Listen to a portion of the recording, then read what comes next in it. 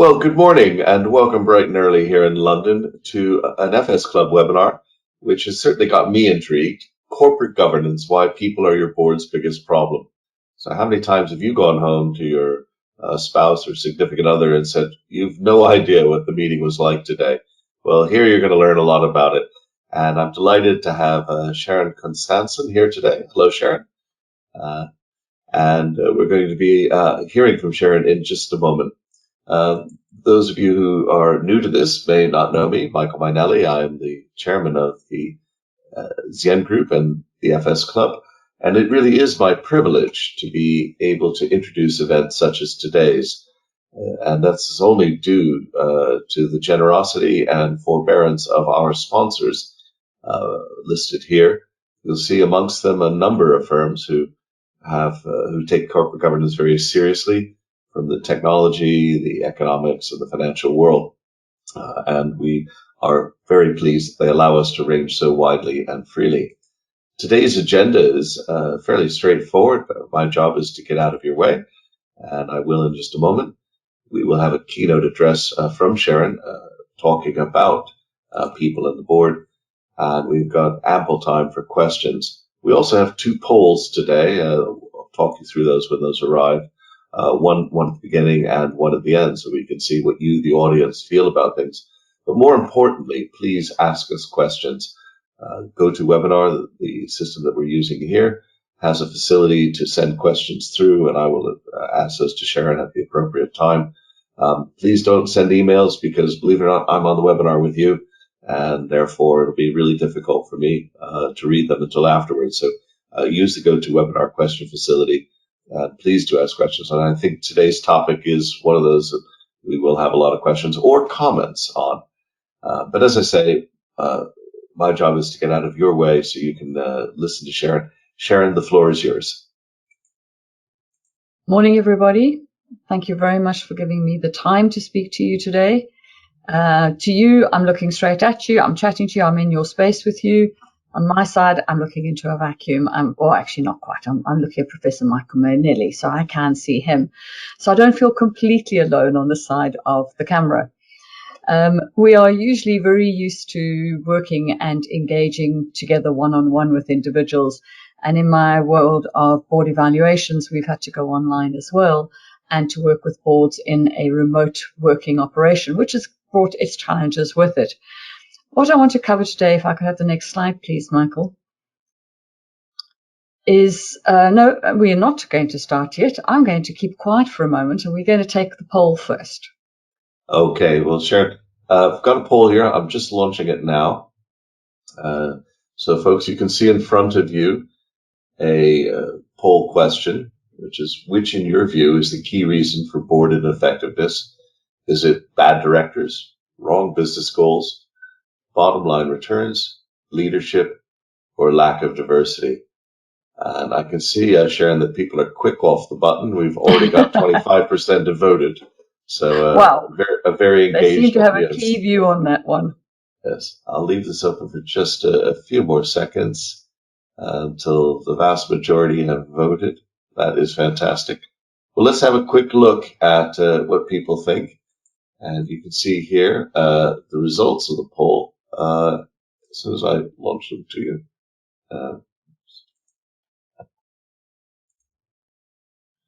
There we go.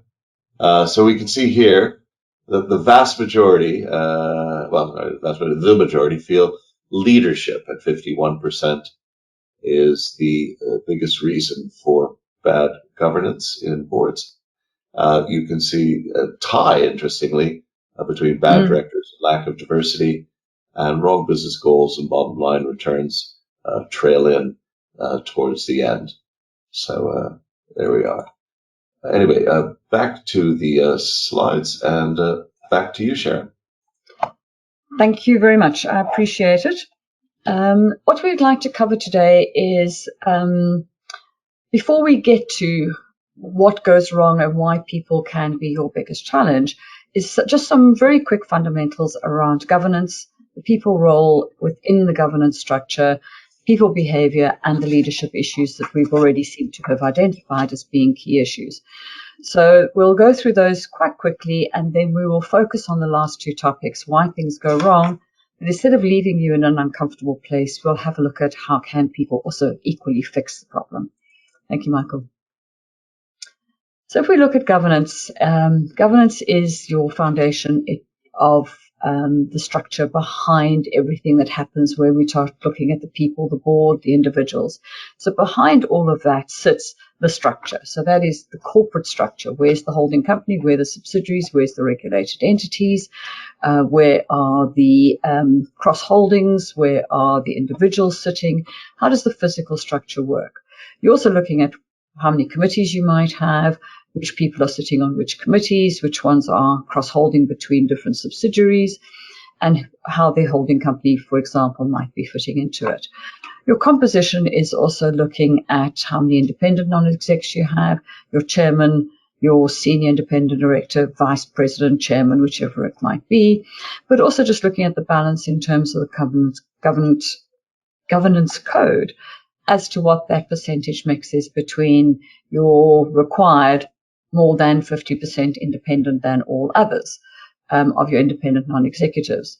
And also the compliance issue. We are, for the FTSE 350, led by the UK Corporate Governance Code. There are many, many, many other codes, but most of them have filtered out from that code, whether you're in the housing sector, financial services, FCA regulated, or whether you are in one of the lower aspects of the FTSE, for example. So there's all that compliance aspect, everything that is under the remit of the chairman when they've got their governance hat on, and under the remit of the company secretary. So those are the areas that sort of invariably, if you look at companies, particularly if you look at financial services and the FTSE side, this area is pretty well done. It's usually got it right. Sometimes they've got some structural issues inappropriate, but in most cases, this is an area that you can feel comfortable that senior organizations have actually dealt with this one properly. Thank you, Michael. The people aspect is within that structure, we have to now plug into those pieces and those spaces and those seats is individuals. With individuals come what we require from them is their professional and social capital. So we want them to be capable individuals. Now, whether we're talking about their IQ or their EQ or whatever it is they bring to the party, is it experience, is it knowledge, is it skills, and is it their network? Who else do they know? Are they connected into the organization? Are they connected into government? Are they connected into the industry? Are they connected into the regulator? What experience have they brought in, their social capital experience as well as their professional experience, to get them to the place where they can be of value to the board they are on? There's no ways we could say that every director is going to be good in every role. That is not going to happen. They need to fit into an organization that is appropriate to them as individuals and their skill set. But within that, we all know we need to have a mix of those skill sets. Otherwise, we bring in all the challenges that we don't want of blind spots, or having group thinking the same thing, or nobody having a voice, everybody following the chairman. All those things we need to not be bringing to our boardroom environment. Thanks, Michael. Next slide.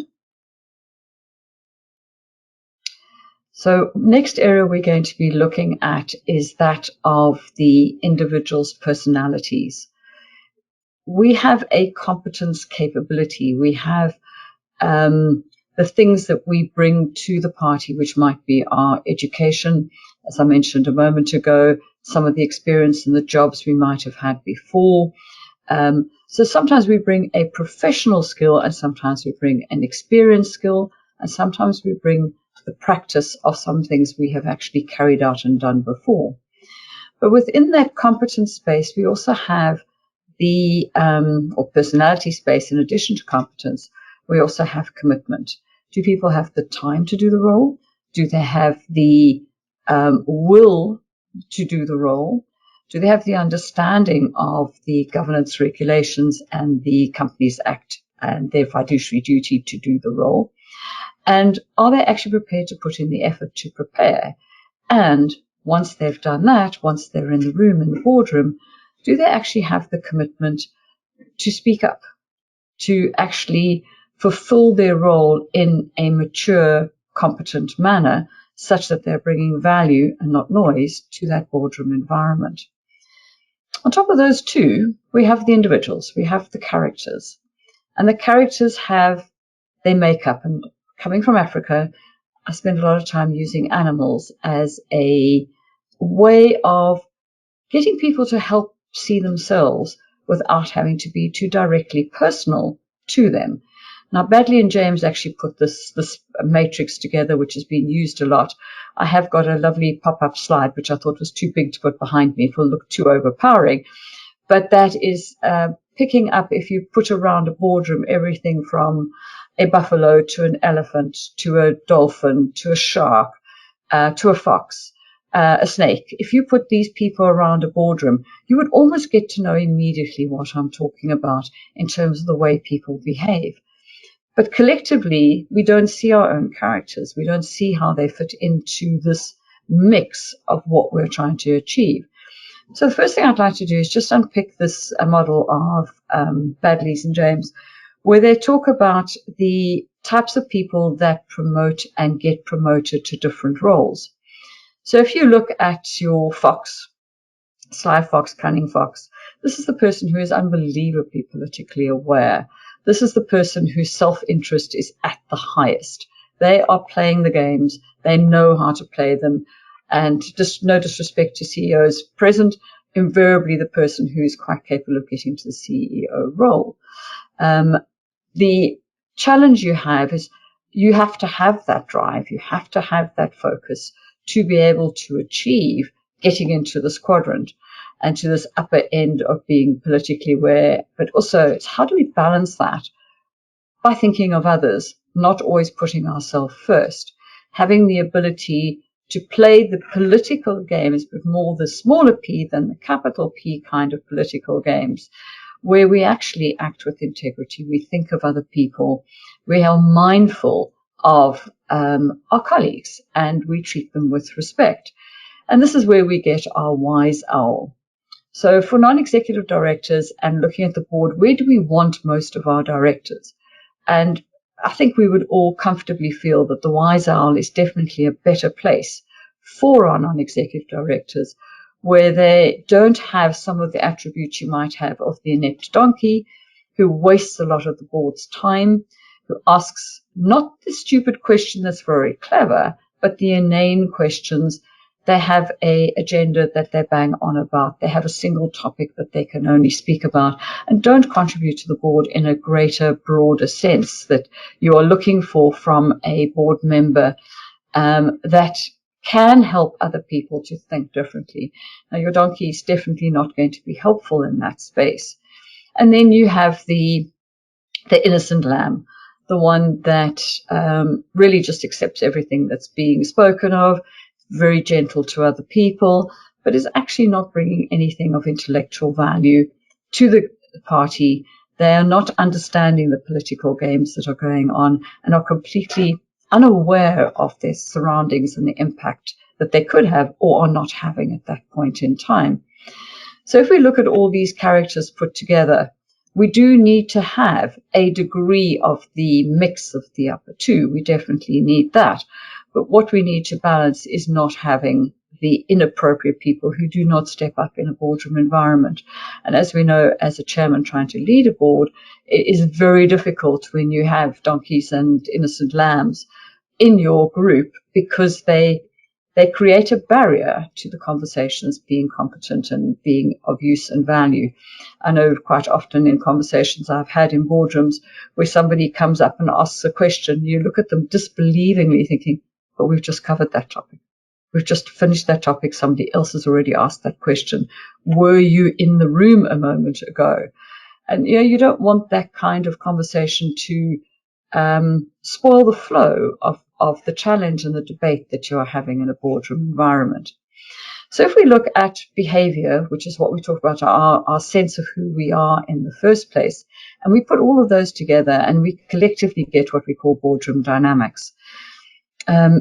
Boardroom dynamics is probably what I spend most of my time doing when I'm working with in a board evaluation environment, because it's this item that actually causes a board to be effective or not effective, far more so than our governance and our structure and not compliance.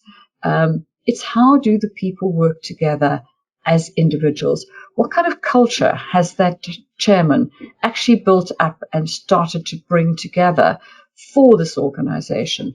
Is it a culture of, and one of your questions in the poll was, are we bottom line focused? I remember working with an organization recently in the city, and the company had been through a massive 5-year turnaround environment. They had achieved amazing objectives, and now they were going into the next 5-year budget. And one of the key things that was quite obvious is the current CEO was good for what they'd achieved, but wasn't going to be good for the organization going on to the next 5 years. You can achieve extremes and you can focus absolutely on the bottom line to the cost of anything else, but only for a very short period of time. Had that organization retained that individual in that role, you probably would have found a lot of problems might have manifested by being money orientated to the cost of shareholders, stakeholders, internal stakeholders, staff, and any other KPIs that might have been set for the individuals.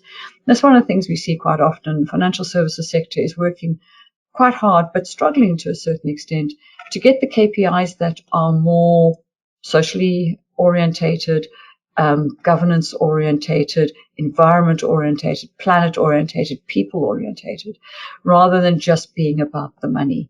And these are the challenges that boards are now facing in the new ESG environment that we're in, and where lockdown and COVID has definitely forced a market to start thinking differently about our people, about their health and safety, about the well-being of our people. These are also critically important. And that is all led by a CEO and a chairman together who help bring culture to the organization.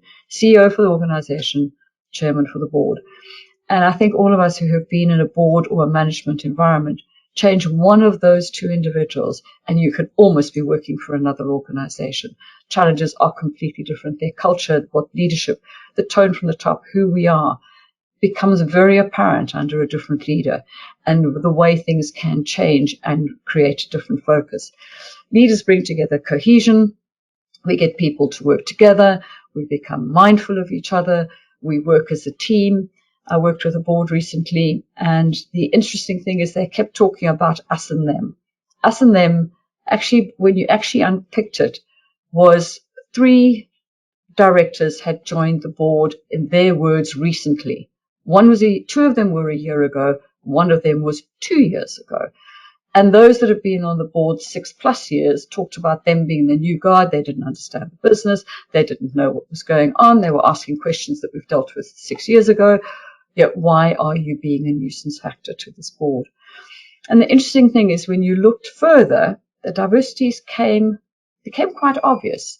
You had old white male, stale, pale, however we describe the more traditional longer-term non-executive director, and the other 3 were younger, they were female. And it was something that was so apparent to me as an outsider as to the way that board was not cohesive at all. We dealt with that. We found some solutions to it. Another board I worked with had brought on their first female and much younger director, and none of them batted an eyelid in a way of identifying that person's diversity. They embraced that individual immediately. The culture of that organization was to make that individual welcome and never to make them stand apart in any way. The other important thing is for a director is to be able to challenge. Now, your wise owl is going to be able to challenge very effectively. Your sly fox is definitely going to be able to challenge. Absolutely, they're going to. But they may have a different agenda from which they're coming. It may be absolutely appropriate for the organization at that time. But the way the recipients of the challenge are going to feel coming from the fox or coming from the owl are going to be very different in terms of standoff, feeling a bit of pushback, feeling antagonism, feeling victimized. You'll get a very different response. So once again, the owl will bring out questions, responses, and assurance from the executive that the fox might fail to achieve. I think I've done the animal kingdom enough, Michael. Shall we move on to the next slide? I'd like to now focus on leadership. I see from the poll most of you felt that leadership was the most important factor in board effectiveness. So let's just have a look at some of the things. Looking at the image first is, if we don't empower our people, we effectively are not leaders. It's very, very important to empower and to inspire individuals to step up to the mark. One day they are going to be the next leader, and we have to move on as leaders all the time. One of the biggest challenges I think boards and leaders have, and anybody who's leading a team, a company, a board, whichever it may be, is how do you lead through change? Change is a very, very difficult place for just about everybody. And I think if we look at the last 4 months, go pre-lockdown, coming into lockdown, through lockdown, starting to edge our way out of lockdown, we are in one common denominator called change. And that change is very, very difficult for organizations to deal with. And one of the things that leadership has absolutely had to do during this period of the lockdown and the coronavirus pandemic is to actually give clarity, give certainty, be open, even if they don't know the answers, knowing that they can be trusted to find the answers when they're available. So it's to build that trust and to lead through that change. And the interesting thing that I've found through my customers, through my own teams, is how people have all responded so differently at a personal level to what we've gone through in this period of change. And a leader is going to fail if they cannot pick up those individualities and understand how people are all responding so personally differently, from fear to opportunity and every other emotion that goes in between. And if you're going to lead, you need to tell people where you're going. It's a little difficult if they're expected just to follow one footstep with them looking down into the sand and going one imprint after the other behind you. If they can't see past you and can't see where it is that you're going. It is really important to share that vision, to share the purpose of the organization. What are you there for? One is sustainable, ongoing existence, successful existence of the business. That is key. I mean, that is part of our fiduciary duty, and it's sort of encompassed into Section 172 of the Companies Act. But the other aspect is actually the energy, the emotion, the desire.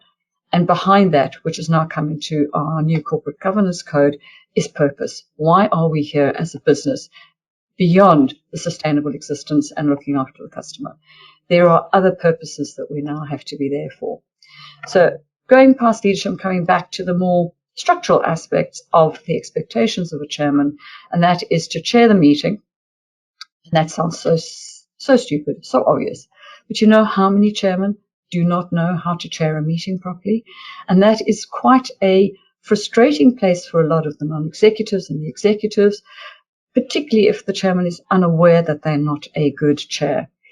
In a meeting I was in, the project I was working on a little while back, the chair literally slouched in the chair, didn't give much engagement, now and then spoke up, and almost allowed the directors to move the agenda forward. From time to time, the company secretary would, sometimes the senior independent director would, but that person was not engaged until it was a topic they had something to contribute to, which again is not quite the role of a chairman. I've had another existence where a chairman has operated in an environment where actually they behaved more like a non-executive than they did as a chairman, leading the CEO to actually chair the meeting, which again is going to break down your effectiveness completely. The role of the chairman is definitely to mentor and challenge the CEO, but to do that offline. That's not to be done directly in the meeting in front of the other non-executives. It's for them to do that challenging, find an alignment between them in an offline environment. And very successful chairmen and CEOs talk very, very regularly and invariably meet. These days, Zoom has made it so much easier for these individuals to meet more regularly. And if you look at what boards have had to go through in the last 4 months, boards have met more regularly as well. And the role has been for the board to mentor and to challenge the entire management to get through the crisis of what needs to have been dealt with. Chairman obviously leads the board, so that is to be able to understand your individual directors, to know where they all are at in their personal journey, their professional journey, and where their competencies and comforts are within the board they're in, and whether there's any changes that are needed to enhance, train, improve, and to get them to deliver further as a director of the board. Stakeholder engagement is extremely critical, as we all know, and that ranges from the internal stakeholder right the way through to the external stakeholder and the environment stakeholders and the bigger picture outside. Because you do not live on an island. And if we don't look at what's going on outside in our environment, we're going to find the icebergs we don't want to find. So we see the board as almost being there as having the binoculars and watching out for those challenges and problems out there. And it's also to set the moral compass. Where is the culture of this organization? What is the tone we're going to set? What are the things that are deemed not acceptable in this organization? We don't do what? We don't put the customer second, we put the customer first, for example. We don't design products that are there for the purpose of making money only at the expense of. Just two very minor examples. Michael, I think we're done with that side. Okay, I'd like to now get to the key part that I want to cover. We're taking a couple more minutes than I'd expected to get here. So what are the things that it takes? What sort of things do go wrong? And it's people with undue influence, people who have an agenda of their own and are able to influence others in a way that they will always get the positive result they want from a debate and a challenge and a decision, irrespective of what is actually right for the organization. We have this balance between intelligence and empathy. We don't want only intelligence. We don't want only empathy. We want a mix amongst the board where they bring a different degrees of intelligence and empathy from within the different individuals, which ensures that we at least ask the intelligent questions, but we have the empathy to be able to handle the questions and the answers in a way that we have a constructive conversation that is not personal and non-judgmental.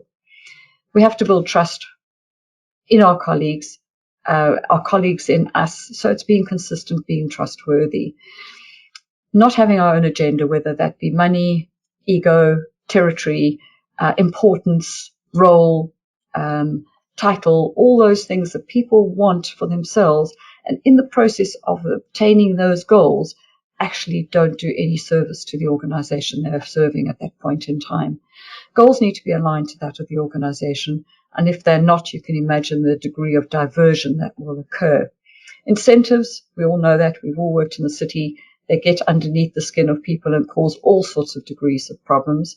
Ego, we've talked about. Territory, we've talked about. Interactions are very important. People don't have empathy, don't have communication skills, are not being proactive and engaging with their fellow directors. You are not going to get an effective board environment evolving over a period of time. Some people feel they need to go into self-protection mode. That is not going to help in terms of the collective unit of being able to work together. If one person is isolating themselves and protecting themselves or not taking any blame or blaming other people, not going to be very helpful. Communication is critical. If we don't communicate with one another, we are definitely going to fail as a board, partly through the challenge experience, but partly through our stakeholder engagement and equally our engagement within the organization itself. Bias. The biggest bias that exists is we don't believe we have it. We do. We are human. We are biased. It is a fact. Work out which ones are yours and deal with them. And it might be bias of money. It might be bias of your own experiences in life.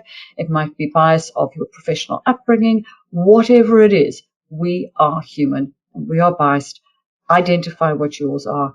And there's a lot of tricks of the trade of asking yourself the difficult questions before you go ahead with the decision. So it's absolutely important. So people are also the solution. If we focused on purpose, if we are mindful of each other, if we listen, remember we've got 2 ears, 1 mouth. If we're objective, in other words, get rid of our biases. If we challenge the thinking, I don't mind if it's the chairman who says it's that this is the way it's going to be. One senior partner of a Magic 5 circle firm didn't like something but didn't challenge the chairman. When asked afterwards why, he said, I wouldn't ever challenge the chairman. If that's his view, it's his board. He can do what he wants. That is not the way boards operate today. So please challenge thinking, engage, be part of it, step up, have a voice, ask the questions, and provide leadership to the organization. That is absolutely critically important. Thank you, Michael. So at this point, I'd just like to summarize. We are all humans with the best intention. We get structured, we get formulated, we work together. We come into that boardroom and collectively, we're all structured, as you can see by the arrow, but so easily we go wrong because we lose focus and we lose where it is we're going.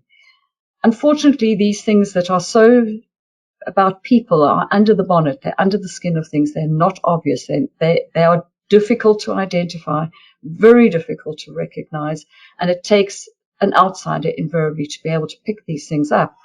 And I have to say, they're not easy to fix from the point of view that they're people. The actual actions taken to fix it are extremely simple actions. So the actions are not difficult, the delivering them and the change that has to go with it, that is what is difficult to fix.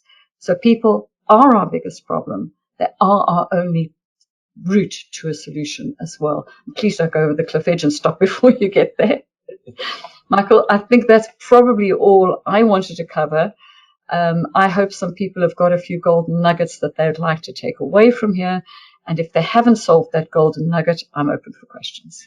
Wow, well, we've got a lot of people online and a lot of questions, so let's get cracking, and we'll have to be pretty terse on some of them. I think I'd start off, if I might. Susan Cuff has come in with, what is your view of the proper or best use of non-executive directors, NEDs? Can and should they be used to balance the board dynamic? And she has to sort of a supplementary. I like the use of the animal kingdom. What is your view of the usefulness of psychometrics to establish likely behavior? So psychometrics and making sure that you've got the right NEDs and that they're balanced. What are your thoughts? I see an absolute role for psychometrics because people can act in a interview style environment. They can be very trained, particularly if you're looking at your cunning fox type of individual. They can be extremely different in an interview environment to what they might become in a boardroom environment thereafter, particularly when playing the different characteristics around them. So the psychometrics is not of the individual, it's of all the individuals in the collective environment, so that you can identify that you're not going to get the blind spot, you're not going to get the groupthink, but you're equally not going to create a diversity that is completely unmanageable. So it's finding that balance that is right for that organization, that it's broad enough, but it's not so broad that the chairman is just going to give up because they're never going to manage. So you have to have some degree of commonality. So the psychometric testing gives you a very good base to that. The rest is skills, experience, and all the other things we've talked about. So the use of directors, non-executive directors, is to support, but to challenge the thinking of management to ensure that they've looked at all the possible opportunities, threats, risks, before they embark on any major decisions for the organization. That is really what your NEDs are there for. It's your conscience and it's your support. Okay. Here's a good question from Nicola Ralston. What advice for individual directors would you give, for those who are in dysfunctional boards? What can they or should they do? Right. There are two things, Nicola. One is try and make a difference. And there are a couple of tricks that you can do. And I will come back to that in a second. If you cannot get anywhere, there is one, and it's only to be used very, very infrequently and only as a last course of action, is you might have to depart that board. And that's leaving on your own conscience, because things are you're never going to be able to live with your own conscience and that environment. But that is the draconian one. That is the least likely to happen. I've been in there once before, had to do it. It was the best thing I did. But I wouldn't recommend it unless you know that is the right thing to do. Going back to what can you constructively do? There are a lot of things one can do. And things like talking, socializing your concerns amongst your colleagues. And that's not being undercurrent and doing things behind the back of the board.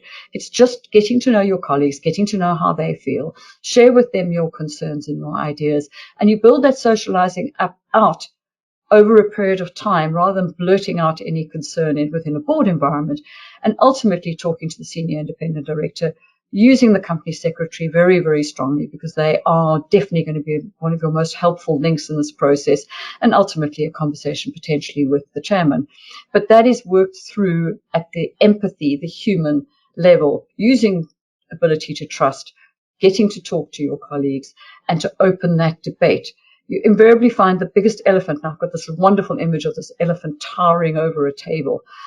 Everybody knows the elephant's in the room and no one's going to talk about it. You have to be the brave one to bring it up and to talk about it. There's one other solution you have, and that is to push for a board evaluation. I've been in those circumstances many times where, as the evaluator, you've been brought in to solve an issue. Invariably, the issue isn't the way people see it, because they see it as the outcome. They don't see it as the cause. So very often, having that independent view coming from the outside can actually get you to that solution a lot quicker. You do need to get the chairman buy-in. And if you don't, it is going to be a challenge to get that done as your objective. And once again, your company secretary is your ally to get that achieved. Okay. We've got an interesting one here from Donald McRae, almost on the opposite side. How do the best Neds avoid becoming too executive? Donald, I use the words noses in and fingers out. So you can imagine the imagery of that. If you can put your nose in and you can smell, sense, understand what's going on, keep your fingers behind your back, and to be able to share, voice, bring your experience, give your ideas without instructing and without doing. So if you can stay away from those two words, 90% of the time you'll be on the right side of the fence. There will, in smaller organizations, be the circumstances where you might be given a project to do and a deep dive to get involved in something specific. Your challenge then is to get back, step back out, and get back into a non-executive role. But the non-executive is there to support, to listen, but not to make decisions, not to instruct, but to give their own life experience. So you are a mentor. You are not doing the role. You are not the person. You are not an executive. I hope that's given you enough tips as to how to get to it easily. Okay, we've got quite a few here. Bob McDowell is dialing in from the Channel Islands, and he asked a question that raised a smile with me. Where does moral compass end and religious leadership begin? Goodness me, now you're challenging me. That is obviously a difficult one. So I think I would try and use the word integrity, trust, transparency as being the business words that we're looking to in terms of what our moral compass is.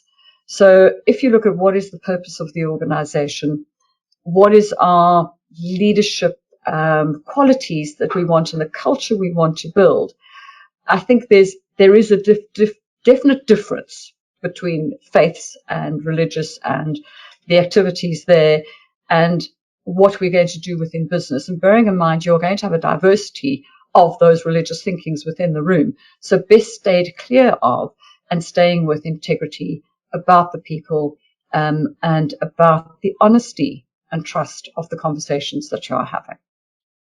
Matthew Leach is curious if the word challenge is really the ideal word. Some people interpret it as being angry, cynical, difficult, negative, undermining. Some of the remarks you made earlier about the young Neds, the young female Neds taking on their potentially their first major role on a board. Yeah, the word challenge is a very unfortunate word. It's embedded into our code now. It's utilized by the regulators, by the FCA and the PRA, and the training financial services boards are given by the regulators is to challenge. And it's without a doubt that is the activity they are expecting. If you go outside of some of those areas, you still use the word challenge.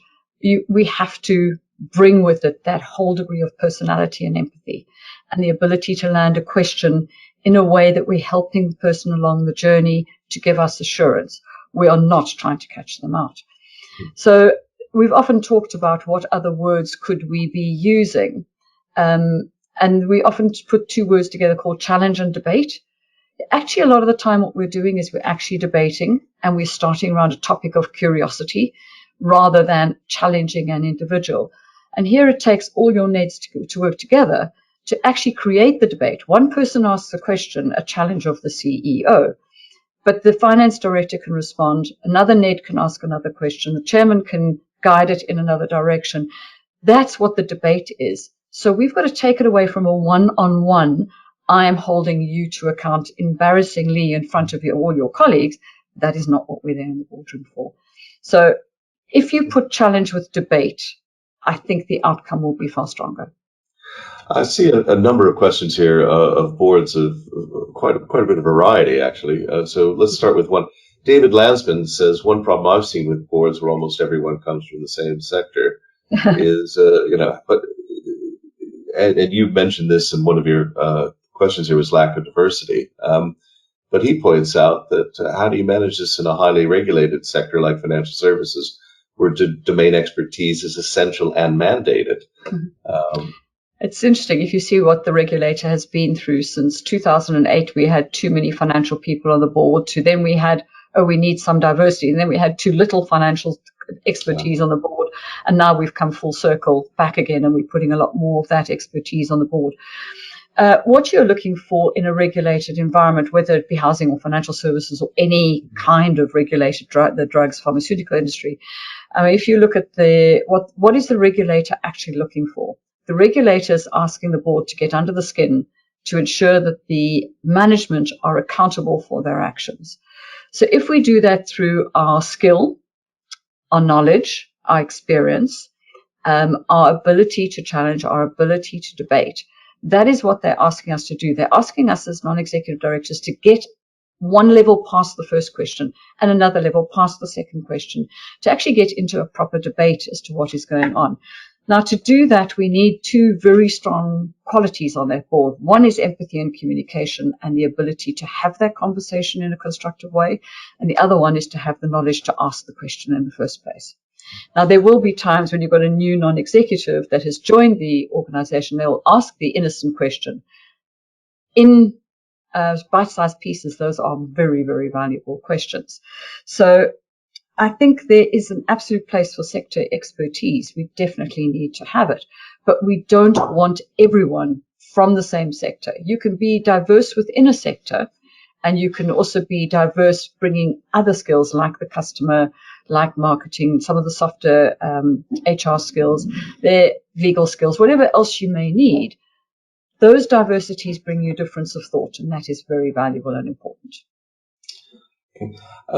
Hugh Purser is curious. You haven't mentioned training or NED qualifications. Is that important?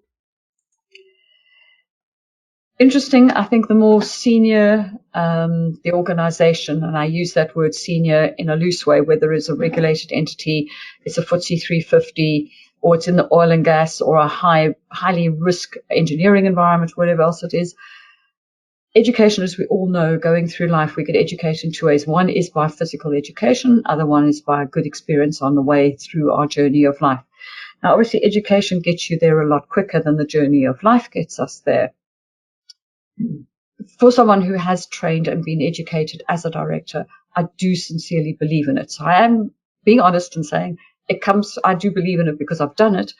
But if I look at non-executive directors who have been trained, they definitely get the bigger picture of the challenges that a board brings and the ability to see and look into other areas of the business, from strategy to finance to goal setting to being able to blue skies think, to address risk. One of the things that are not addressed very well at the moment outside of the financial services sector, looking at, for example, the FTSE 250 specifically and lower than that, is risk is not addressed properly.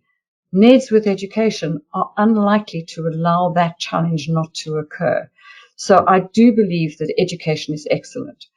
In the financial services sector, you have a lot of ongoing training that is brought to your sector by the whole training industry.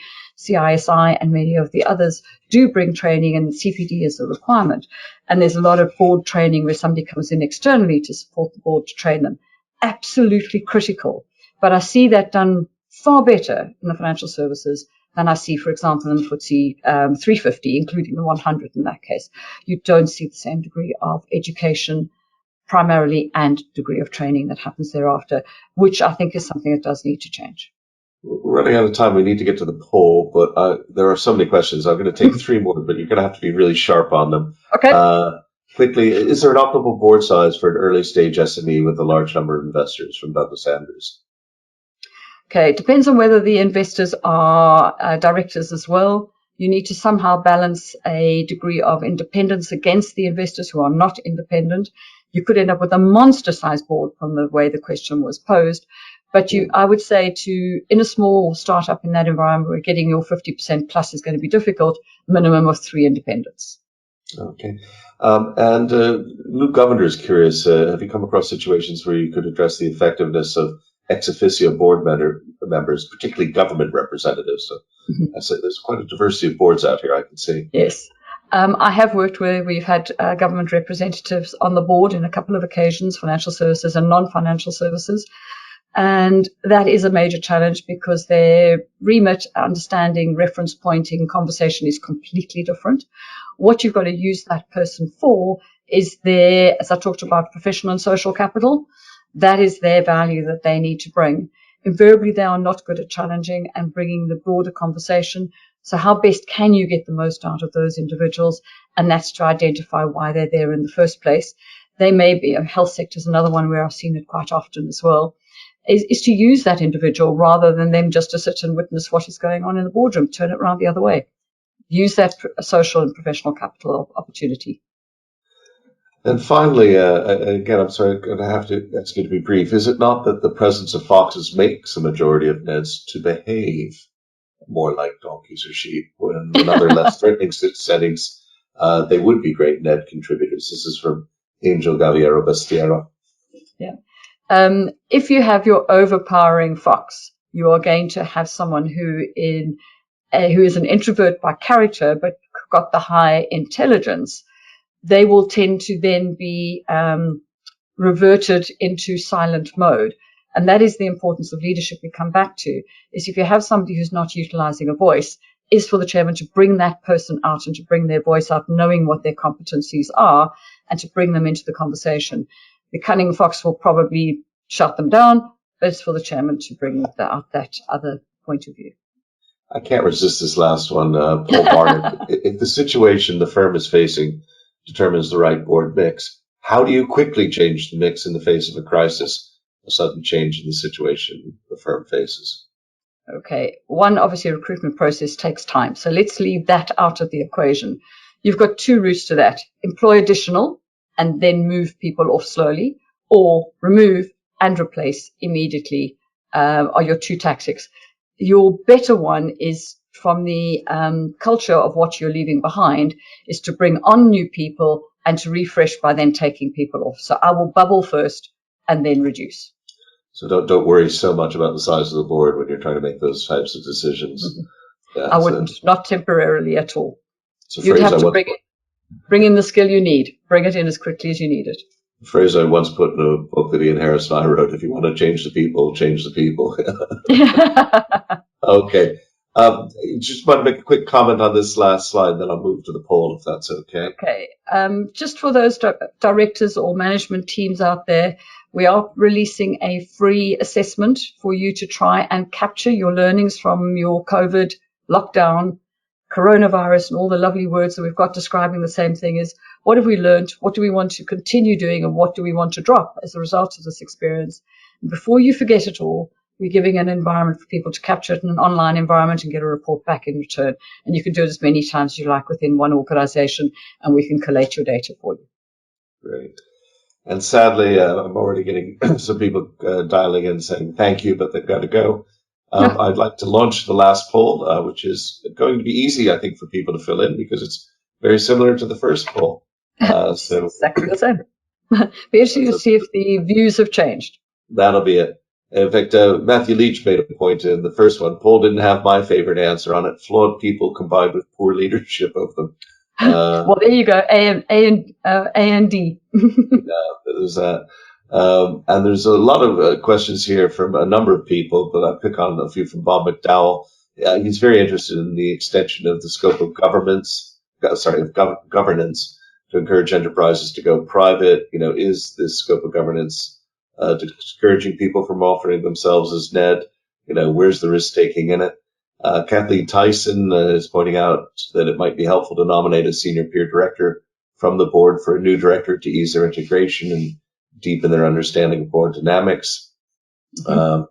So a lot of questions out there we didn't get time for, but I'm afraid I'm now going to close the poll and show the responses. And you can Well, see here, leadership has become yet more important to everyone. So, risen from 51% to 74%. I don't know what's going on out there, but it's absolutely fantastic because directors in diversity were tied at 17 and 17, and now they're tied at 13 and 13, but nobody believes it's got to do with the wrong business goal or bottom line return. So I guess there's a really warm feeling here that, yes, people may be your biggest problem, but you can change them and you can deal with most situations. Sharon, just before I close, the last word is yours. Thank you very much for everyone who partook in the poll. I was interested to see leadership came up as a leader in the beginning. I've absolutely expected it to come up as the leader in the second poll. It is critically important to have the right chairman and the right leadership and the right culture in an organization. And anything else can be dealt with if you have the right chairman. So please, for those that are chairman, it's wonderful to get training, to get enhancement in being able to do a better job all the time. We've reached the pinnacle of our careers, but we can still continue learning for the benefit of our boards, our management, and our organizations. Well, I won't embarrass him specifically, but there's a chairman I greatly admire on a board I sit on, and he is actually on the line today learning, and I'm delighted he's still here. And I think he exemplifies many qualities that you spoke about. Right. Well, I'm afraid, folks, have to bring it to an end, sadly. Perhaps we'll get Sharon back. That'd be very good. I've got 3 rounds of thanks to give. The first round is always, of course, to our sponsors. As I mentioned at the very beginning, they do let us wander widely and freely across topics of interest to our community. So thanks to all of you. I would like to thank as well those of you on the line and the other members of the wider members of the community, even if you're not sponsoring. We have a number of events coming up this week. Tomorrow, Claire Smith is going to be looking at the ethical investment area, veganism, friendly to animals, etc. On Thursday, we're going to be looking at a very important area, I think, coming out of COVID, the use of employee share schemes. And finally, on Friday, we have a fascinating event where I'll be participating with Lord Grimstone, who's our Minister for Trade, but also the inimitable Kate 80, and we'll be looking at building a global Britain. So lots of good events coming up. But if I may, of course, the biggest thanks have to go today to you, Sharon, and thank you so much for leading us up the polls in leadership. That was a really, really good event. I'm afraid in these days of online working, I'm unable to open up and show you the audience as you remarked at the beginning. But I have brought a little portable audienceometer, and I'd like to say thank you on behalf of the audience. So, we really, really did appreciate it. And thank you very much, folks. I'll have to bring it all to an end. So thank you, Sharon. Goodbye, thank you, goodbye to one and all. Thank you.